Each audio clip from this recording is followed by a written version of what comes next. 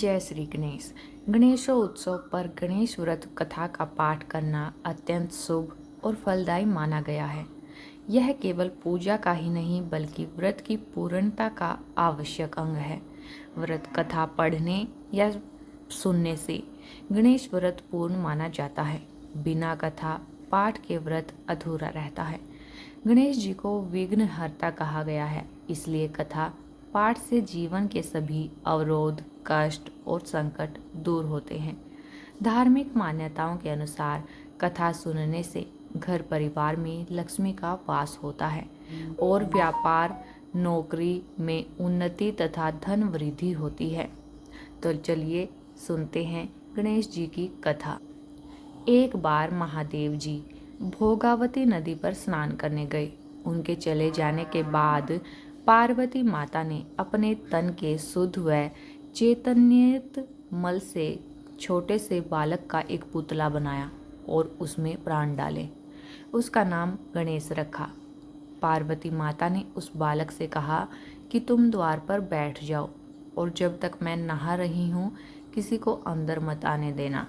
नदी में स्नान करने के बाद जब भगवान शिव जी वहाँ पहुँचे तो गणेश जी ने उन्हें द्वार पर ही रोक लिया। शिव जी ने बहुत समझाया पर गणेश जी नहीं माने।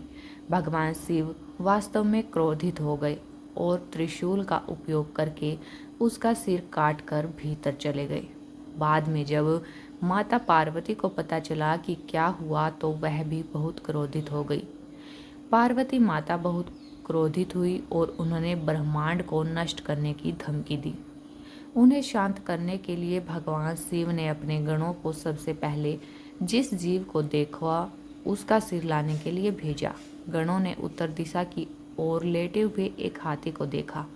उन्होंने हाथी के सिर को लड़के के धड़ पर प्रत्यारोपित किया और उसे पुनर्जीवित कर दिया। तब शिव ने उनका नाम गणों का प्रमुख गण गणेश रखा। देवताओं ने गणेश जी को तमाम शक्तियां प्रदान की और प्रथम पूज्य बनाया। यह घटना भाद्रपद माह के शुक्ल पक्ष की चतुर्थी को हुई थी, इसलिए इस तिथि को पुण्य पर्व गणेश चतुर्थी के रूप में मनाया जाता है। चलिए अब सुनते हैं गणेश जी की दूसरी कथा। पूर्व काल में राजाओं में श्रेष्ठ राजा नल था। उसकी रूपवती रानी का नाम दमयंती था। शापवश राजा नल को राज्यच्युत खोना पड़ा और रानी के वियोग से कष्ट सहना पड़ा। तब दमयंती ने इस व्रत के प्रभाव से अपने पति को प्राप्त किया। राजा नल के ऊपर विपत्तियों का पहाड़ टूट पड़ा था। डाकुओं ने उनके महल से धन, गजशाला से हाथी और गुड़शाला से घोड़े हरण कर लिए तथा महल को अग्नि से जला दिया। राजा नल भी जुआ खेलकर सब हार गए। नल असहाय होकर रानी के साथ वन को चले गए। शापवश स्त्री से भी वियोग हो गया। कहीं राजा और कहीं रानी दुखी होकर देशाटन करने लगे। एक समय वन में दमयंती को महर्षि सरभंग के दर्शन हुए। दमयंती ने मुनि को हाथ जोड़कर नमस्कार किया और प्रार्थना की, प्रभु मैं अपने पति से किस प्रकार मिलूंगी। सरभंग मुनि बोले, दमयंती भादों की चौथ को एक दंत गजानन की पूजा करनी चाहिए। तुम भक्ति और श्रद्धा पूर्वक गणेश चौथ का व्रत करो, तुम्हारे स्वामी तुम्हें मिल जाएंगे।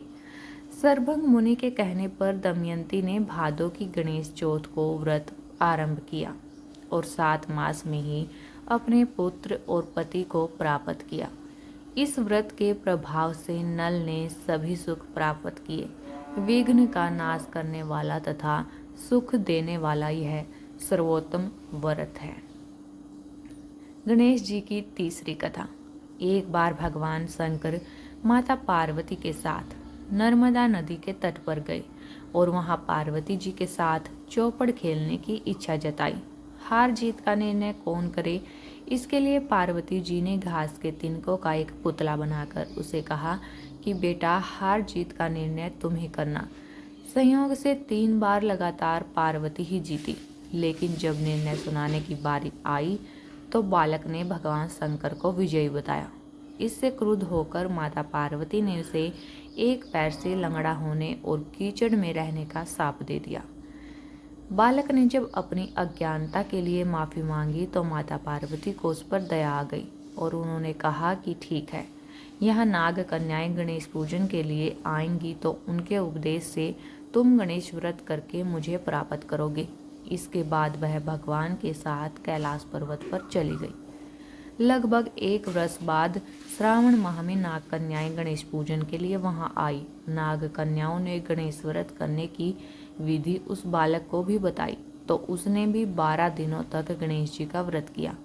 गणेश जी उस बालक के व्रत से प्रसन्न हुए और उसे मनवांछित फल मांगने के लिए कहा। बालक ने कहा कि भगवान, मेरे पैरों में इतनी शक्ति दे दो कि मैं खुद से चलकर कैलाश पर्वत पर अपने माता पिता के पास जा सकूं।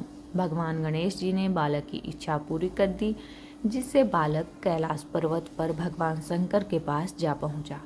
जब भगवान ने उससे पूछा कि वह यहाँ तक कैसे आया तो उसने गणेश व्रत की महिमा बता डाली। नर्मदा नदी के तट पर हुई घटना के बाद से माता पार्वती भी भगवान शंकर से अप्रसन्न चल रही थी, इसलिए भगवान शंकर ने भी गणेश व्रत किया तो माता पार्वती भागी भागी उनके पास आई और पूछा कि आपने ऐसा क्या किया कि मैं आपके पास भागी भागी चली आई। तो उन्होंने गणेश व्रत के बारे में बताया। इसके बाद माता पार्वती ने गणेश व्रत किया, जिससे उनके पुत्र कार्तिकेय उनके पास आ गए।